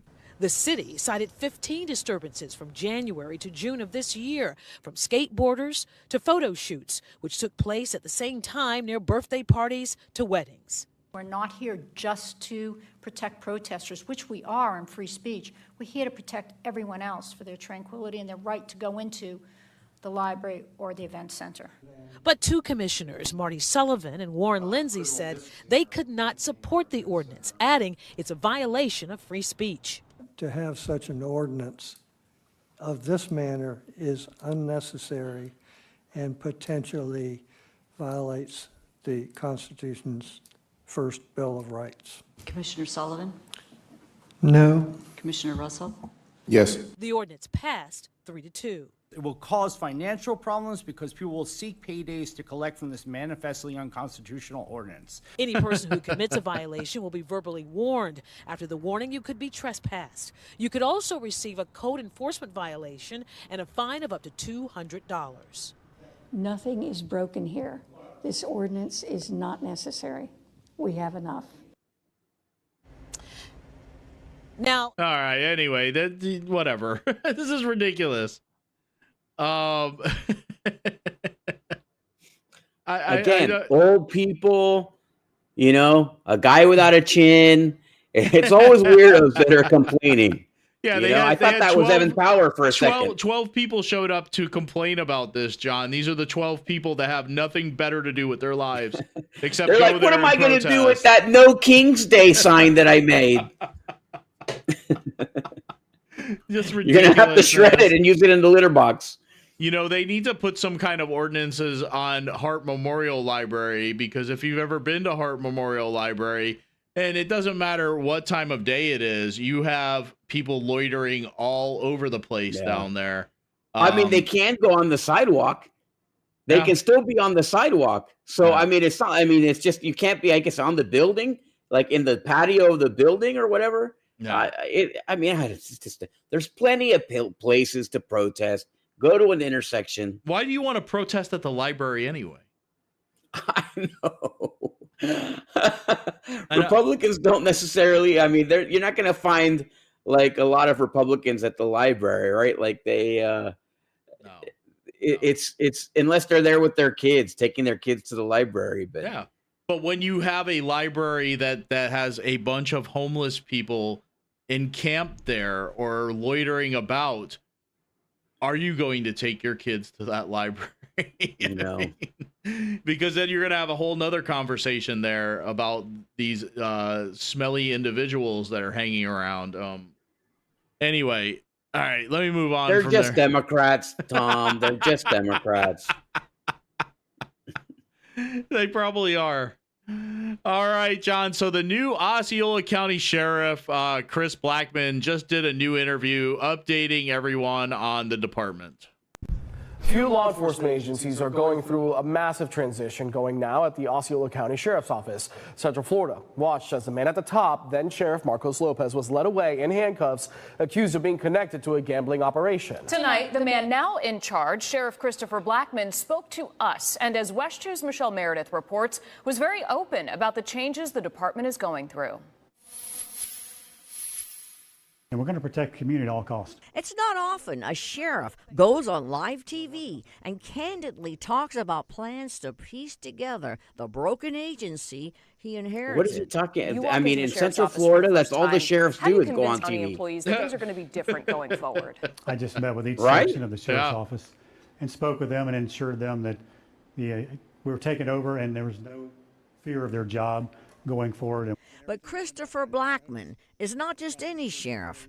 After over 30 decades of service at Florida Highway Patrol, Blackman was handpicked by the governor to replace Marcos Lopez, the man who was Osceola County Sheriff until he was recently arrested on racketeering charges. What changes do need to be made? Sheriff Blackman told West 2's Michelle Imperado the first thing he did was clean house at the top. We made some command staff changes, basically cleaned house, so to speak. We changed the entire structure at the top of the sheriff's office. I brought in 3 people from outside, knowing that I've got new faces and new blood at the sheriff's office because I wasn't sure how far the corruption may run down through the agency. Are they receptive to the changes? Yes. As I was leaving today, I was stopped by a deputy leaving, and he said, I don't know what you've done here, but it's been amazing. In 6 weeks, you flipped this place upside down. The morale is higher than I've ever seen it. We're in the process of hiring 40 more deputies currently. We've had employees that work for the sheriff's office that left because of the last administration, and now they've come back. They've reapplied to come back and work for us. Working with the staff, the people, is just part of the equation. The sheriff says he's also checking on the money, has asked for an audit to see how and where money was spent and to see what needs to change moving forward. Michelle Meredith, West 2 News. All right, so good to hear that things are changing at the Osceola County Sheriff's Office. But I am concerned, John. I am a little bit concerned only because I saw this and someone needs to talk to Sheriff Blackman right away. How are you going to talk about ending corruption in the sheriff's agency and then take a picture with a corrupt turd, and post it out there? You think that he would avoid this, right? Because it's already, everything is political. And if you're going to take a picture with this corrupt turd, then, I mean, how much credibility can you have? Yeah. You can't have that much credibility. If you're going to be a credible anti-corruption sheriff, then don't be rubbing elbows with these guys because that smell stays a lot longer than you want it to. Yeah, absolutely. And I've liked a lot of the things that this new sheriff has said. I believe that he is the sheriff that we've been wanting and needing here in Osceola County for a very long time. Because Gibson certainly wasn't it. No. Right? No, we've had bad sheriff after bad sheriff. I think that everybody used to love a sheriff a couple of sheriffs ago, right? Yeah. But you had Gibson, not great. You had Lopez, not great. If this guy, I'm having an Elon Musk type of feeling about it. I've been saying the entire time, right? I'm not the biggest fan. I'm not sold on Elon yet. I'm not sold. And that's how I feel about Blackman. Everybody's raving about him. That's great. I also agree he's been doing good things, bringing in new people. That's great. Osceola is a very hard place to bring new people into because Osceola resists anything new because they like to do the dirty stuff that they do. And new people will notice that. But at the same time, I'm hoping and praying that he surprises me, that he is what he says he is. But certainly this picture doesn't look well. I mean, it doesn't look good. It's no, if you get too used to being the sheriff and he's looking for their support. And if you start seeing all these people endorse Blackman when he runs for re-election, that's going to be a troubling sign because they're going to want to endorse him because Blackman's popularity is high right now, right? So they want to be associated. Yeah. But that's certainly not good for Blackman. Yeah. So, and here's the bottom line. Like, for example, the turd that we just saw in that picture, he's got so many votes. He's going to transfer those votes to Blackman, right? But it's not going to be any more, and those people would vote for Blackman regardless. So you don't need those guys. So I wouldn't necessarily hang out with the turds because, like I said, that stink never leaves. Yeah, it's very hard to get off, John. It's a stain that can't be taken out.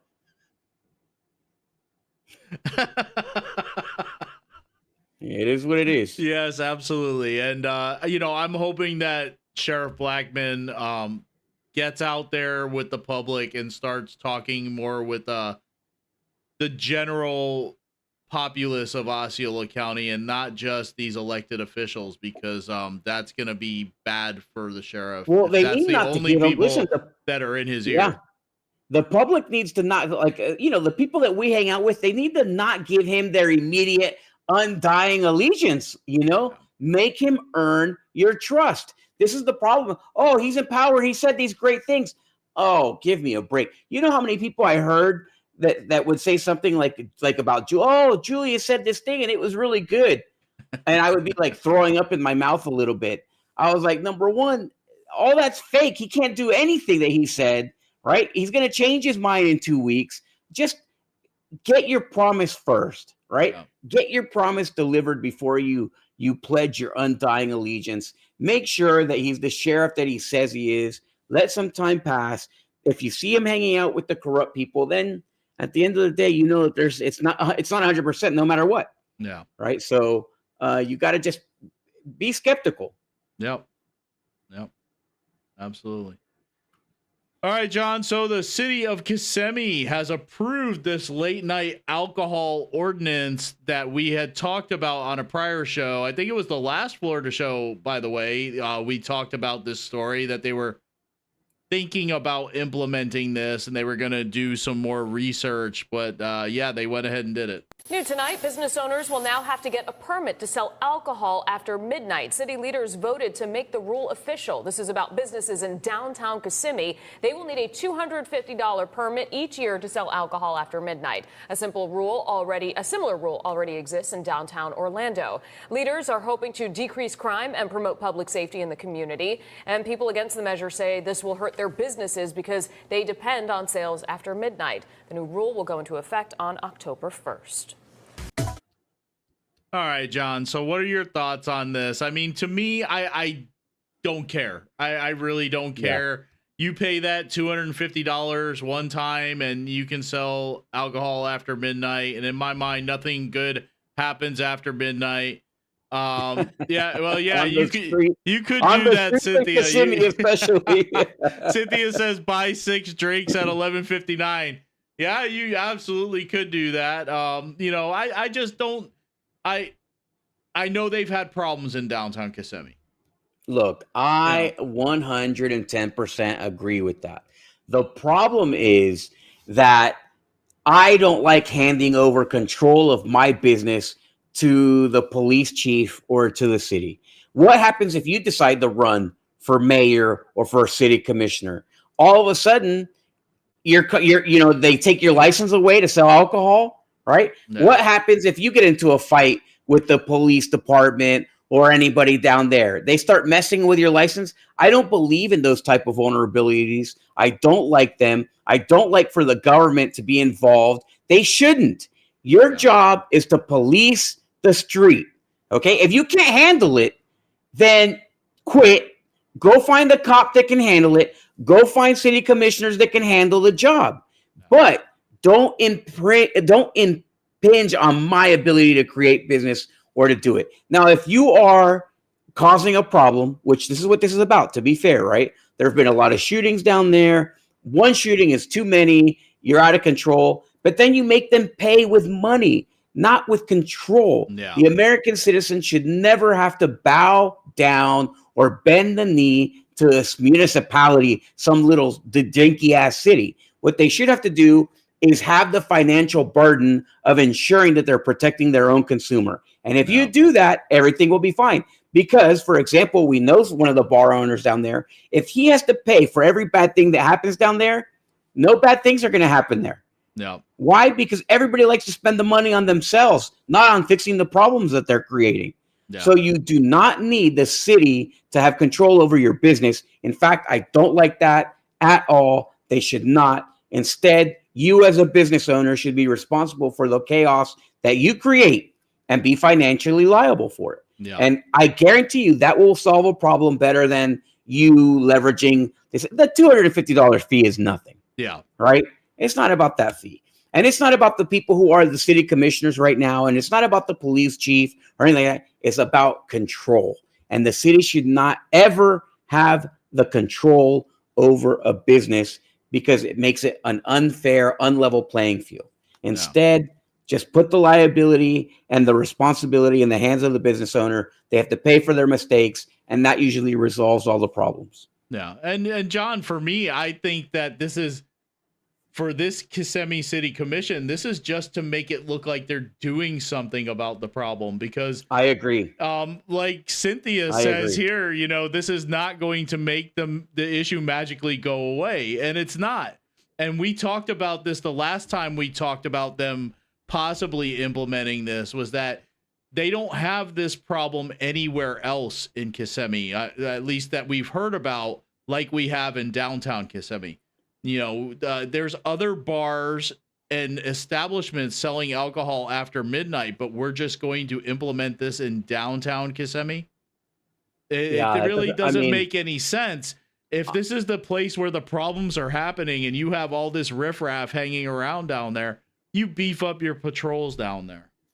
Yeah. That's it. You resolve the problem. And you know, like I said, you make an ordinance that the business has to have security. Do that. You're not allowed to sell alcohol unless you have sufficient and appropriate security measures in place to be able to keep control of the situation and keep it safe for your customers. No. That's fair.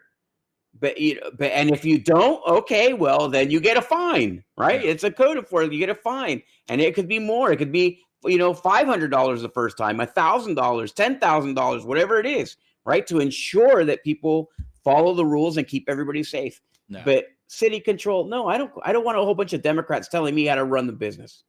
It sounds like just a way to make a small profit off these businesses and make it look like we're doing something about the problem, when in actuality, we're not really doing much of anything about the problem. Here's what it's doing. It's creating a divide between the city and business, and that's dumb. They should be working together for the benefit of our community, not warring against one another. And that's how you know that the city's not doing the right thing, right? If it's the business that's not doing the right thing, okay, well then acknowledge it, right? Expose it and fix it. But if it's if the government is not doing the right thing, then you have this balance where there's a war between business and the community and the city. Whenever that's happening, you know that the city's wrong. Yeah. All right, John, and finally, the city of Kissimmee, their Kmart, the one on 192 there, is going to become an urban hub. Oh, yeah, the project put a whole bunch of money in the pockets of Cheryl Breed and Jose No Way Jose Alvarez. The site off West Vine Street finally getting some much-needed attention. That's where West 2's Luana Munoz joins us live now with the proposals the city received this week. A lot of people will be very happy about this, Luana. Yeah, and like you said, John, nobody is happier than No Way Jose Alvarez and Cheryl Grebe, who made a ton of money off of this deal. Oh, very excited, least that's as what you it can appeared imagine. like, right? 'Cause they Those had the proposals were broker narrowed and the down from agent. 5 to now 3. I'm standing out here in this vacant parking lot of the old Kmart in Big Lots. And as you can see, it's an area that needs quite a bit of love out here. And a lot of the businesses here say any upgrades or updates or changes will be much welcomed. Empty store windows and a sad empty parking lot where Kmart and Big Lots off West Vine Street in downtown Kissimmee once stood could soon look like this. A bustling area with a mixed-use building surrounded by commercial properties, housing, and public spaces. We view this as a catalyst. Once that happens and there is investment poured in the Vine Street corridor, other sites that are in similar condition around it will attract additional investment, and it would be, you know, a catalyst to further redevelop Vine Street. That's after the city received 5 redevelopment proposals for the site Tuesday, which they've now narrowed to 3. Among the 3 companies that could make the cut, Skyview, Wendover Housing Partners, and Capstrata. Skyview is looking to make a walkable waterfront community with more than 900 residential units and 84,000 square feet of commercial and structured parking. Wendover's. All right, 84,000 square feet of commercial is really not that much commercial, John. And, yeah, it's not that much. You saw that artist rendering. That is a lot. Those are apartments. Of apartments. Yeah, that's a lot of apartments. More than a $140 million proposal includes 328 residential units plus 66,000 square feet of commercial and retail That's space. not a lot either. Lots of people, they That's told not a lot. us when they came over to shop, they drove by. They just drove by. Ming Wagner, manager of Jason's Best Asian Market, which sits inside the vacant parking area, says the changes couldn't happen soon enough. She says the market, which has been here for a decade, has seen growth, but worries people are shopping in areas that look newer and more updated. How soon do you want this? ASAP. Definitely ASAP. Like I said, in the parking lot in the back, it's vacant. It's not it is definitely not attractive. So yes, put some new trees and put a sign says something new. It's coming. It gives the people a hope. Give people some hope. I love her enthusiasm there. Well, there will be a committee that's going to review those proposals. That should take a few weeks. The city says after that, it should take a couple of months. Who's sitting before on that final committee, I decision wonder? Is presented to the city commission for their final approval. So it could take several months. Who is before sitting we on that actually see some committee? That's shovels an in the ground. important But thing. the We good got to find news is out they got the proposals, who's sitting on that and committee. it's finally getting Yes. the attention that the city has Now been you can hoping see I'm for. not like all Covering worked up Osceola about County, this live in because the Kissimmee, city I'm is Luana Munoz, 500 presented times back to better you. than the county. And it's 500 times better than the city of St. Cloud in terms of not being nearly as corrupt. Although Cheryl Grebe having the contract on this to sell this piece of property is totally just completely. What does that tell you? Yes. That if you don't use the commissioner, her real estate brokerage, that they're going to cause problems for you. Yeah. It's just that's corrupt in and of itself. I mean, it's terrible. Cheryl Grebe should be in jail. I really think she should be in jail. You know, the lady from Jason's supermarket there was saying that she's so happy that they're going to build these 900 residents behind their building, only because that supermarket caters to one demographic, basically. I mean, it's an Asian market. So if you are Asian, yes, you're going to go there. But if you're white, black, Hispanic, you're not going to go there unless you have no other choice. And those people that are going to be in those 900 apartments, they might not have no other choice but to walk over they're going to be stuck in traffic the entire time. Yes. They have no idea how bad it's going to. Listen, there's on John Young Parkway, you know, there's a stretch of John Young Parkway where you just can't move. And there's like a rental community in there right in the middle of the problem area. And I'm sure during the day, they go there, they look, oh, it looks great. It's all brand new, fantastic. It's going to be this, it's going to be that, whatever, great, right. But then at 10 o'clock at night, when the wastewater plant treatment across the street starts releasing the Ricky Booth scent, you know, all of a sudden, you're absolutely regretting the fact that you moved in there. And then when it takes you an hour to get home to drive 1 mile, you're going to be regretting the decision. And that's the same kind of situation that's going to happen down there. they're going to try to show it in the best light possible, but then you're going to realize what a disaster the county is. Not the city, the county, even though both of those are in the city, but it's the county that's creating those problems. And they're going to be haters of the county commissioners, just like everybody else in this county. Yeah. I mean, good luck to that lady. Let the people go shop there. I'll go in there. I'll try to look for some durian fruit or something like that to cover up the Ricky Booth smell. But nonetheless, it's a disaster. I don't know that it's a disaster yet.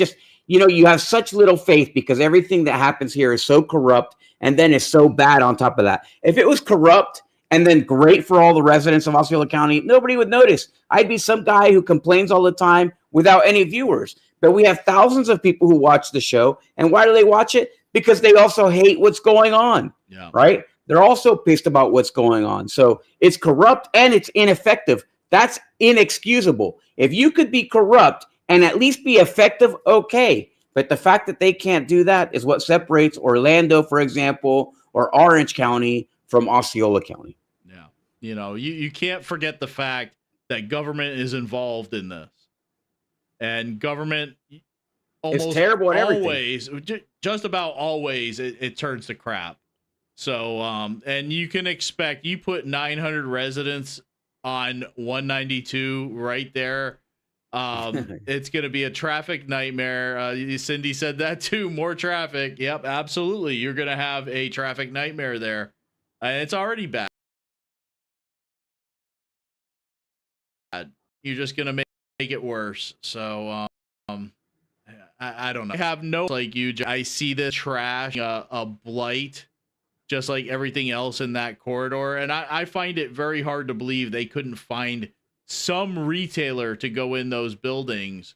Well, why didn't the businesses survive, right? Why are the businesses not surviving there? It's not because there's not enough people. No. There's not enough money. They create these things, but 66,000 feet of retail space, that's nothing.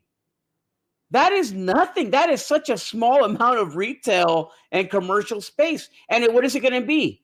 Service industry, right? Yeah. That's what it's going to be. So it's like they're not creating any jobs. And in order to have a thriving economy, you have to have a mix of jobs. But in Osceola County, every job is $15 an hour, except for the, people like the politicians. For some reason, a failed actor like Brandon Arrington is worth $150,000, right? A total moron like Fred Hawkins gets $100,000 to be a president of the Education Foundation, right?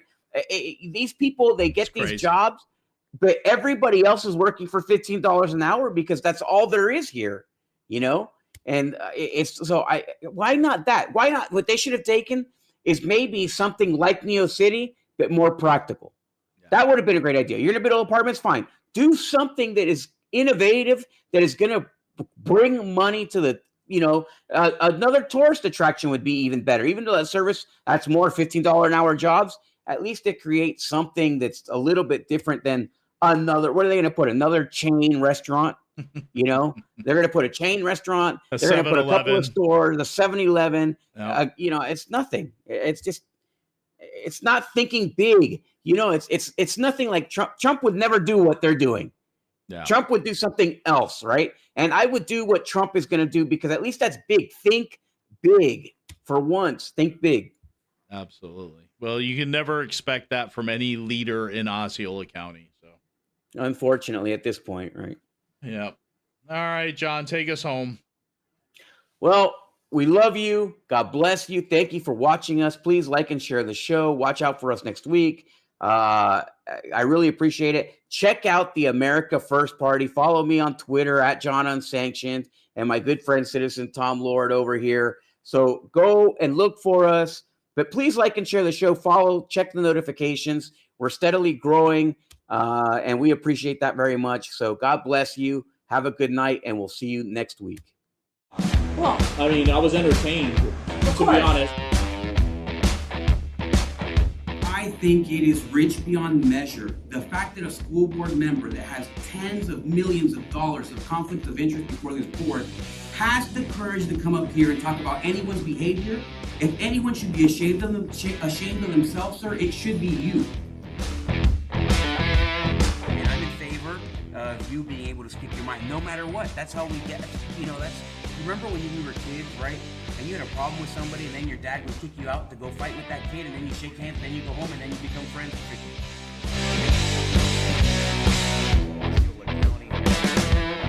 Disgust when they're trying to, take this word and give it meaning that it doesn't have. Like our entire country needs to go through a fasting.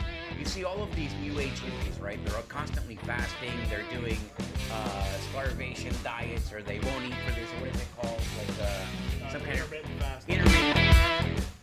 It's not just us, and not just fans of President Trump, MAGA Republicans. We're not the only ones